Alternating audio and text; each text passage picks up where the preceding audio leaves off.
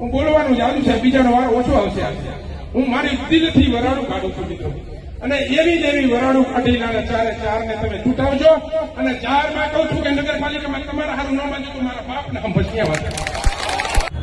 હવે આ અમુક માણસો પાછા ગરી હજારની વાતો કરે. ચાલુ ક્યાંથી કરવું એ ખબર પડે. થોડીક નામ આવી પણ આજે રેવા એવું નથી.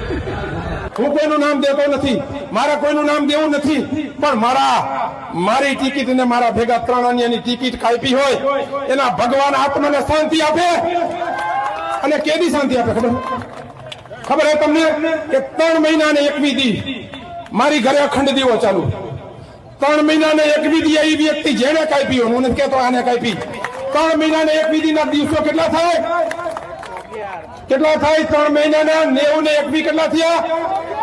111 દી ની અંદર જેને મારી ટિકિટ કાપી છે, હું ઉપરવાળાને પ્રાર્થના કરું કે અમારી જે 4 ની ટિકિટ કાપી છે ને 3 મહિના ને 21 દી એના આત્માને શાંતિ આપે. હું ખોટાને પગે લાગવા જાય મિત્રો. બોલવા માટે કેટલાય સારા શબ્દો છે, પણ કઈ સારા કામ કર્યા હોય તો બોલે ને.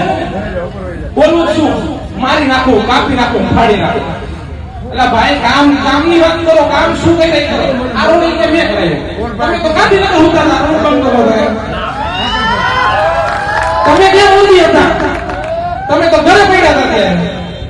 ક્યાંક ને ક્યાંક એમને એવો ભય છે, એમને એમના ભવિષ્યનો, એમના પરિવારના સભ્યોનો ભય છે. એટલા માટે આપણે ટિકિટ કાઢી છે. હિન્દી ઇંગ્લિશમાં હાફા પડે એટલે સ્થાનિક સ્વરાજનો મતલબ સમજાવવાનો જ નથી. આટલી વાડીમાં સોસાયટીના નામે નથી આવતા એટલે બીજી વાતો કરવી પડે. જો કામ કરવાનું તો કામનું બોલાય, અને કામનું બોલી